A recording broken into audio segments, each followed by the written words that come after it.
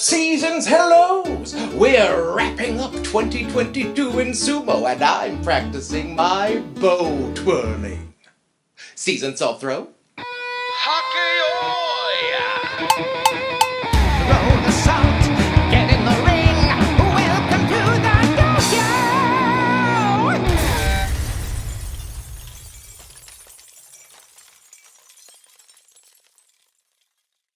Hello and welcome back to the Dohyo here on MrJWags channel. It is time for our 2022 wrap-up of the year in Sumo. So yes, this will be our last full episode here in 2022. Got a lot more coming up in the upcoming year. If you have not checked in with us since the November Basho, please check in. We sort of divided up the end-of-year Sumo reports into many smaller episodes. Not quite bite-sized episodes, but maybe just one course at a time. Radiator! This year, the Dohyo hit some milestones of its own. We are wrapping up our third year. This is our 99th episode, ramping up for our amazing 100th episode to happen in the new year. We got our 1,000th subscriber, so Vita Victoria, thank you one more time for using your wife's account to subscribe to my channel.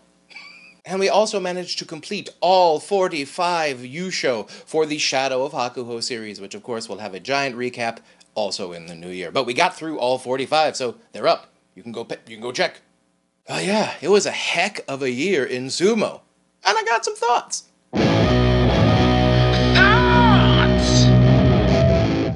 So while I did make full year 2022 predictions, I won't be doing accountability for those predictions in this video. We're going to add those to the predictions for 2023 video, still to come. This episode is going to be about 2022 and where it sort of sits in the story of Sumo.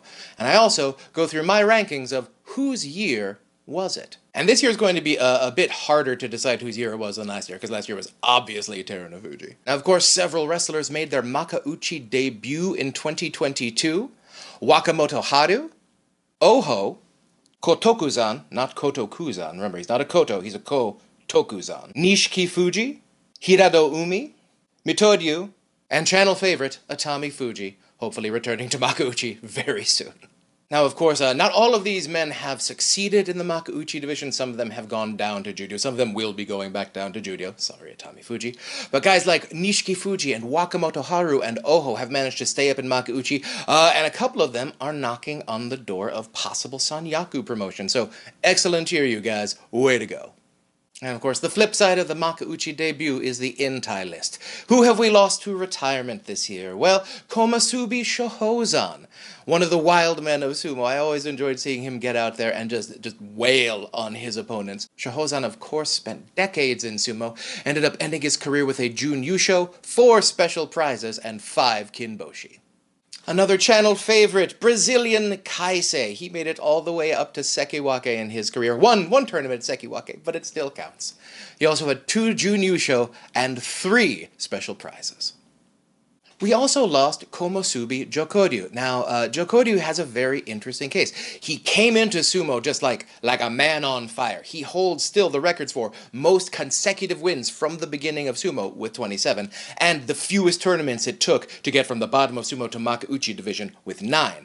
So some of you who may have only come to Sumo recently are like, well then what's the deal with this guy? Well, he ended up charging up the Bansake, made it up to Komusubi, and got hurt, and was never quite the same afterwards. He's been hanging around the lower ranks, and has finally decided to hang it up. But Jokoryu, you've left your mark on Sumo. Thank you so much for gifting us with your talent.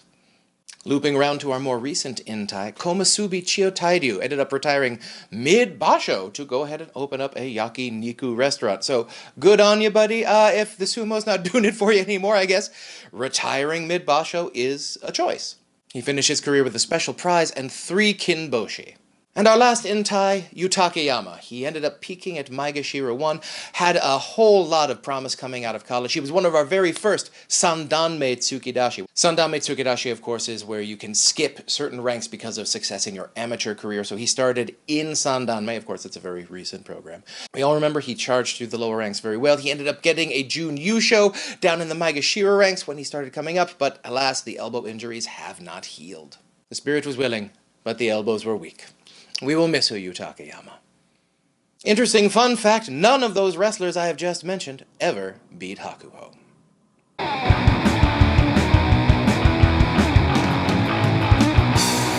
This was a year of, I don't want to say a year of chaos, but it was not a normal year in sumo. Of course, the history of sumo is the history of who is the alpha dog at any given moment. And right now in sumo, we don't have one. How do I know that? Well, who won all the championships this year? We had 6 championships won by 6 different wrestlers. Now, some of those were expected, like Teruno Fuji, and to a lesser extent, like Mitakeumi. But I don't think any of us saw Tamawashi getting another one. Abi, Wakataka Kage, I think we were all hoping for, but Ichinojo, maybe a little bit past his prime. There were a lot of genuine surprises in this year in sumo. Now, we had some truly great and compelling stories in sumo, for good and bad, but a lot of this year has been sort of about confusion and disappointment. The confusion is that we don't know who the alpha dog is, and the disappointment is that we have top rankers who don't seem to quite be living up to their end of the bargain.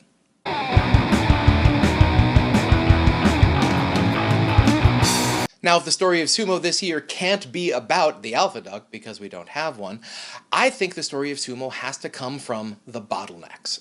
Bottlenecks in the rankings occur when you have too much talent to be contained within a certain number of ranks. And right now, I think you see the bottlenecks happening in lower Sanyaku and the Joy, the high Maegashira, also in mid-Judyo. We just see a lot of excellent wrestlers of about the same skill level just unable to sort themselves in the linear fashion that is required by the Sumo Banzake. It's why I do my sumo rankings in tiers. Check them out. So, we have this bottleneck of talent in the lower Sanyaku and high Maegashira ranks. Now, they're all roughly the same talent level at this point, and they keep cannibalizing each other's victories, so none of them can quite break out to get the scores you need to get up to Ozeki or up to Yokozuna. This has led to an uptick in Maegashira yusho. These used to be very rare.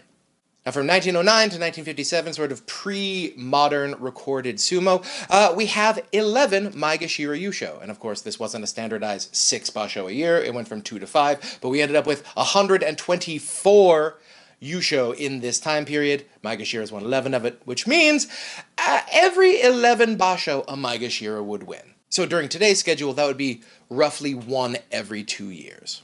Now, if we go from 1958, the start of the 6 basho system, all the way to 2017, which is, as I've already explained in my Hakuho Kyujo episode, which is where Hakuho started to miss more tournaments than he made, a stretch of 59 years, we had 17 Maegashira yusho in those 59 years.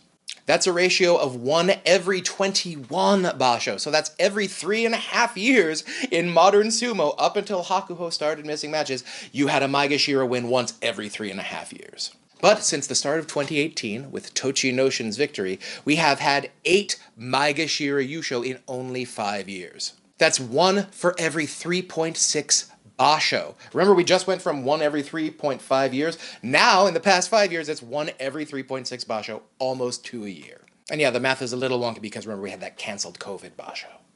So, why so many Maegashira yusho? I believe it is because we have a fundamentally softer Banzake than we had a few years ago. So why is the Banzake, and especially our top ranks, so pillowy soft right now? Well, let's look at the factors, and let's start with the Dohyo level factors. What are the problems on the Dohyo? Well, number 1, we are in a bit of a hangover from the Hakuho era, as I have sort of theorized in the Shadow of Hakuho series. Hakuho's dominance has stretched so long it has affected multiple generations of sumo, and in fact, it has affected them so much it's affected their very sumo DNA, which has not allowed them to shine as much as they could have in a world without Hakuho. We are sort of dependent on the next generation to be able to define themselves outside of the gravitational pull of Hakuho. So okay, the young hotness hasn't filled the Hakuho gap yet. That gap was supposed to be filled with Teruno Fuji, who has been largely absent this year. Alright, so we had an alpha dog. He went through the whole gauntlet. We're like, we got the alpha dog, it's gonna be amazing. And he just didn't quite live up to it this year. Only completed 3 tournaments, only had 1 yusho. So if the alpha dog isn't keeping up his part of the bargain, what about the Ozeki? Oh no, as I've been mentioning, we have had historical Ozeki, I guess, crappiness, underachievingness for the past few years. Other than Taka Keisho, who has 1, we have no Ozeki since Goeido who have won a yusho at the rank of Ozeki. We've had a bunch of Sekiwake win them to get up to Ozeki, and then we had 2 people who won it at Ozeki to go up to Yokozuna, but we just haven't had those really solid career Ozeki in the past few years. Again, this is covered in a lot more detail in my most recent Shadow of Hakuho addendum. So we have these top rankers who appear to not be at their best with the exception of Takakeisho. So the on-dohyo factor is largely just the underachieving and aging out of the very top ranks. Now we get onto like management factors, what we could do off the dohyo in terms of the management of sumo that might be able to help. I am of the opinion that sumo wrestlers need a break. Why do I say this? Well, if you look at our last 4 champions, all of them were coming directly off of a kyujo. Some COVID, some not. Now, in the case of a non-COVID kyujo, when you have this bottleneck at the top of the ranks and no one can get to those safe ranks like Ozeki and Yokozuna where you don't immediately plunge down the Bansuke with one injured tournament, you end up having things like the Abi tournament where he ended up getting hurt, fell all the way down the Bansuke, banked a whole lot of wins in the first week and ended up being able to sneak out with a 12-3 victory. Now, of course, I'm not throwing shade on Abi. He beat the people put in front of him and won that championship fairly, but would he have been able to do it with a full Sanyaku slate? Our 3 most recent Maegashira champions have all been on the Sanyaku at one time or another. It's just they were down in the Maegashira ranks and managed to work their way up into some victories. And on the flip side of that is, if you do get a COVID kyujo, you end up with sort of a soft Kosho Seido system. Now, of course, the Kosho Seido system, the public injury system, used to allow you to hold rank if you were injured, and then you could come back and then wrestle when you were better. This, of course, led to outcomes much like we had in Nagoya, where we had all these frickin' COVID kyujos, and the matches got very creative down near the end because we just didn't have enough wrestlers for a competitive tournament. We have a couple wrestlers who definitely benefited from this COVID kyujo process. Takeyasu had 2 COVID kyujo this year, 3 Jun yusho. I don't think that is a coincidence.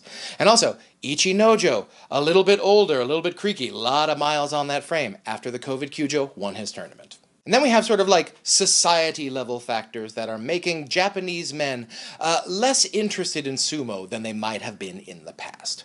Now, sumo, unlike a lot of other sports and professions, really requires you to, like, live the sport/profession. And even for Japan, it's intense.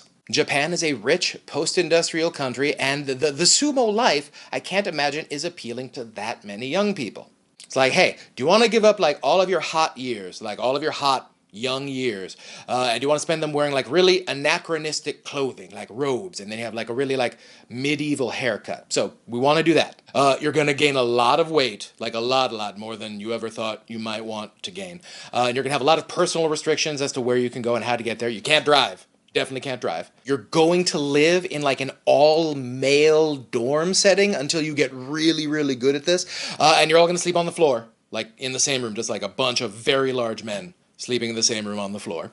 The career is very short, like you're not going to be doing this professionally after the age of 40. There's a 100% chance you will have some sort of injury if you keep doing this, and only the best 70 of you in the world ever get paid. Where do I sign up? So that, I think, has led to a few specific issues. So the first I would like to call the U.S. soccer problem. We've just had a World Cup, for those of you who love soccer. And I'm going to be very American about this. I'm going to call soccer, and American football. Please forgive me, all of my international fans. But the US is a very powerful, very rich country that has a very rich sports tradition. And when we go to the Olympics, we tend to do very well. We're usually like top 2, top 3 every time we actually go to these Olympics. But we seem to be really bad at soccer. Why? Well, most of our elite athletes do not go into soccer. We have a whole bunch of very lucrative professional sports leagues in which you can make a lot more money than you can in American soccer. I mean, I could definitely see an alternate future where we had LeBron in goal for the US while we had, like, Allen Iverson playing striker and, like, Mike Trout as a midfielder. Like, there are definitely ways this could happen. But in America, all the elite athletes tend to go to the more lucrative sports. Because frankly, if you're a really good American soccer player, you don't hang around America. You go to another country where they have an awesome soccer league. Now, despite it being the national sport of Japan, most polling put sumo, like, 3rd in popularity behind baseball and soccer, and right about the same level as, like, tennis and golf. It's considered sort of an old man sport. I guess the similar thing here, oddly enough, would be baseball. It's considered the national pastime of the United States of America, but it's not the most popular sport. Then we have what I call the Ivy League football problem. Now, most of you probably don't know, but the college that has the most NCAA football championships is Yale. Yep. Ivy League, Yale. And the university with the second most number of championships, probably less surprising, the University of Alabama. Now, as you can probably guess, Alabama has won a lot more recently than Yale. Yale won their last one back in 1927. But football started in the 19th century, and it started at these Ivy League northern universities. So they've just been doing it for so much longer. Of course, they were going to rack it up. Back when there were only 12 teams, it was a lot easier to win a championship. But now, of course, like centuries later, things are very different. And if you go to Yale to play football, chances are you are not going to Yale with the idea that you are going to be playing professional football after you graduate. That's not to say Yaleys are not in the NFL, but they are not there nearly at the level of a place like Alabama. If you are a student going to the University of Alabama to play professional football, the chances are you are going to that university as a professional level academy to learn how to play professional football. So we look at Japan, like I said, a rich country with many, many opportunities. Do you really want to go into the sport that is going to destroy your body, possibly slow down your education, making it harder for you to get a job after you leave sumo and your body is broken, if you have other opportunities awaiting you? Now, Mongolia has a much smaller economy than Japan. The average Japanese person makes between 40 to 50,000 a year. In Mongolia, that number goes from like 4,000 to 13,000 depending on how you figure out your GDP.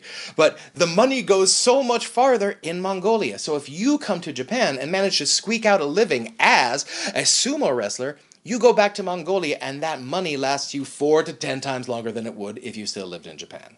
So, Mongolians who are coming to Japan for sumo, it is a better opportunity than the things they might have back in their own country. In Japan, sumo is not necessarily an attractive or easy way to upward social mobility.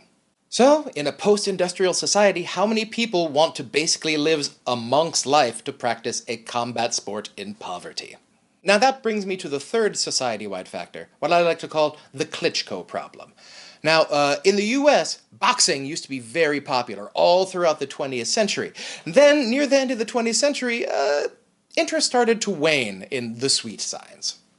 And it happened to wane just at the time when Americans stopped being the best at the sport. If you look at the history of 20th century sumo, the champions were largely young American men fighting at their best. But when we get to the late 80s and 90s, once we get past the post-Mike Tyson, Evander Holyfield era, then we start getting into guys like the Klitschko brothers, two very silent guys who never really wanted to face each other, thus creating like a rift and disputed championships. Oh, that was so much fun.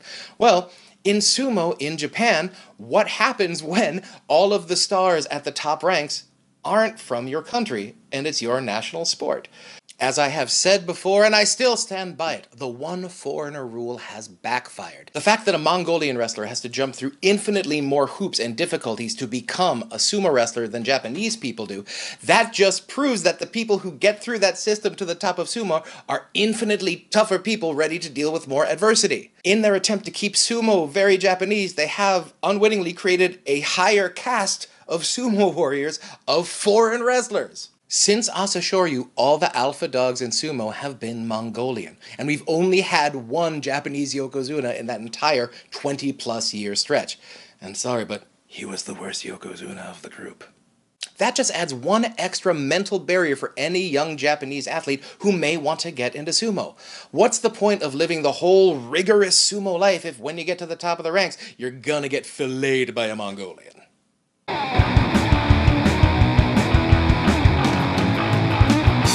Now, of course, when we're talking about whose year was it in sumo, we're not talking about necessarily who had the best year. What we're talking about is that if we look back at the last 6 basho, whose story was prominent, who is a synecdoche of the year as a whole. We're going to start off with some honorable and dishonorable mentions. Starting off the dishonorable mentions, Ichinojo. Ugh. We went from the highest highs. He won his first championship, and then the reports started coming out of him having a drinking problem, there being a violence problem with him in his stable. So this is not that kind of show, but we're just all hoping Ichinojo can get the help he needs, or if he can't, that people will be kept safe from Ichinojo. And the other dishonor, it's not dishonor in like the Japanese sense, but just disappointment. Shodai. Shodai is finally at the end of his Ozeki tenure, assuming he doesn't get 10 wins in January, which I don't think he will. And in his 13, he only had 13 basho at Ozeki, he had 1 June yusho, 2 double-digit wins, and 5 Makekoshi. That's his Ozeki record. So, for those of you keeping track at home, his record for most consecutive tournaments at Ozeki not being Kataban, 3. And now for the honorable mentions. First up, Tamawashi. The old man did it. He won his second tournament. He's going to now, I think, cement his status as one of our greatest non-Ozeki in sumo history. It's just always good to see guys just at near the end of their career able to come back and give like one more sort of like Rocky-esque fight. So I don't expect much more of Tamawashi, but this was a real fun one to see. The other honorable mention, sort of on the opposite end of the spectrum, from the oldest to one of the youngest in the top division, Hoshoryu. Now the problem with the structure of the year-end rankings is that it can advantage you or disadvantage you whenever you tend to get hot in the year. Takakeisho gets hot in the year at the end of the year a lot of the time, in the colder months. Maybe because he's a very large human and the colder months are easy for him to wrestle. I don't know. But he tends to do well in the November and January tournaments, which means when I get to year-end rankings, I'm usually like, yeah, Takakeisho. Well, last year, Hoshoryu ended the year on sort of a down note. He'd finally made it up to the Joy, and then got a Kyujo. And then, after that Kyujo, he got a Makekoshi. So, last year we were thinking, alright, Hoshoryu still got some more steps to make. He started this year, 11-4, made it up into the Sanyaku, stayed in the Sanyaku, got Kachikoshi for the whole year, and then right at the end of the year, made another jump with another 11-4, hasn't quite been able to hang out into the, I'm a contender in every yusho race, but I'm expecting huge things out of Hoshoryu next year. Alright, number 6 on the list, Abe. Very surprisingly, got his first yusho. Now, Abe has had, of course, a bit of a checkered past.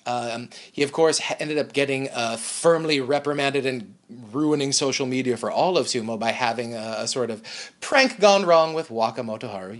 And then, of course, when COVID happened, he got into more trouble by going out and violating COVID protocol. He was the first sumo star to really sort of test the COVID protocol system, and he got smacked down pretty hard. And he is the first one of them to go down, and now he is the first one to return and excel. Now, I'd like to think this means we're past COVID, but Nagoya this past year? The reports coming out this winter? I'd really love to be done with COVID, but I don't think we're quite there yet. Number 5, Takakeisho. Now, Takakeisho did not win any tournaments this year, but he did finish very strong. And in a year where the story of sumo has been the top ranks are slowly rotting on the vine, having an Ozeki who can get 3 double-digit wins in a row? Yeah, we'll take it. So Takakeisho right now is doing the best sumo I've seen him do since his Ozeki run, but the question is, can he put 2 excellent tournaments together to get Yokozuna? Can he get more than 13 wins in a tournament? In fact, can he get back to 13 wins at all? He's been in organized sumo for a long time, and even though he's a young man, he's got a lot of miles on him. Now the question I ask you is, does Takakeisho's body help him or hurt him in the long run? Number 1, it's a small frame, so that's got to be adding a lot of extra miles just trying to move that with the smaller frame. But, since he has shorter limbs, does this help rectify part of the Terunofuji problem of having to use so much extra force to make these extra levers move? He has these tiny little limbs. Do they help avoid joint injuries? What do you think? But yeah, Takakeisho gets number 5 on this list as being sort of the consensus number 2 after Terunofuji, who is our number 4. Yes, that's right, Terunofuji. This sort of goes back to, remember when I ranked Hakuho in, the whose year was it? Because, he had been gone for most of the year. But the shadow of Hakuho, as it were, had cast a pall over the entire year, and the year was at least partially defined by his absence. Well, that's where we are with Terunofuji. Now, I admit I was very wrong about Terunofuji's year. I thought he was going to have one more year of ultimate Yokozuna dominance, win 4 out of 6. He won 1 out of 6, finished 3 out of 6, ended up with 1 win, 1 June yusho, topped out at 12 wins once, 11 wins twice. He's clearly not the wrestler we saw back in 2021. So he's out for surgery Kyujo right now. We don't expect him back till May. Do we expect that this surgery will be able to help him get back to at least where he was, if not maybe a little bit better? Or are we expecting Intai next year, which would throw the Bansuke into even more chaos? Number 3 on the list, Waka Takakage, the Furious Flame. Well, of course, so Mitake Yumi won the first tournament, but right there in March, Wakataka Kage came up, looked like he was starting to come into his own, didn't quite, but then got a June Yusho back in September. We're like, yeah, he's ready, and then kind of took a step back. So his year ended up being a year of, will he, won't he, for his Ozeki run. We've been talking about Wakataka Kage all year, and if he had gotten up to Ozeki, this might have been his year, but he was a major point of conversation the entire year, stayed up in the Sanyaku and got Kachi Koshi all year, which is so hard to do at the top levels. So, alright, Wakataka Kage, you're entering the last year, maybe two, of your peak. Do you have just one tiny little leaplet left to be able to get you just from that Sekiwake level up to Ozeki? Now we're getting down to our final two. And number two, Takayasu. Yeah, it's a rough year for Takayasu. Takayasu, of course, had a productive and heartbreaking year. He ended up getting 2 COVID Kyujo this year and a Makekoshi, but the other 3 were all June Yusho. The second time in his career, after 2018, he has gotten 3 June Yusho in a year. 7 for his career, and no Yusho. Now he's late 32, gonna be 33 before the March Basho. Does he have enough left in his body to be able to re-Ozeki? And will the JSA be lenient this time because we're running out of Ozeki? Or are they going to be harder on Takayasu because he had been in Ozeki before and still hasn't won a Yusho? Interested to see where he goes, but he's on an incredible hot streak right now. And now, I know a lot of you disagree with me, but I think if he started the year with a 14-1 Yusho, that would get him Ozeki. And number 1, and some of you probably see this coming, whose year was it in Sumo? Mitake Yumi. Now, if this year in Sumo can truly be described as a few really great stories surrounded with a lot of confusion and disappointment, who's a better poster child than Mitake Yumi? Mitake Yumi, he was there. He was that great story. He won in January, made Ozeki, finally. A deserving Yusho. He beat the Yokozuna. Everything was going right, and then... less than a year. That's the confused and disappointed part. It's been less than a year at Ozeki. He's already fallen completely out of the Kataban cycle. It's just so heartbreaking to finally get to the point you've been working for all these years, and right when you get there, your body completely gives up on you. So for me, 2022 will always be the year Mitake Yumi made and lost Ozeki. Now, before we end up going on winter break, I just wanted to give one extra sumo shout out to you, the people. Especially those of you who've been here for all 3 years and 99 episodes of this particular corner of sumo insanity of the internet. Thank you so much for coming back. Yeah, you're the reason why I'm doing it, because otherwise I'm just a guy sitting in a corner of the radiator yelling at a camera. Thank you so much for joining us this year. Stay safe, stay strong, stay healthy, and I will see you next year on the Dohyo.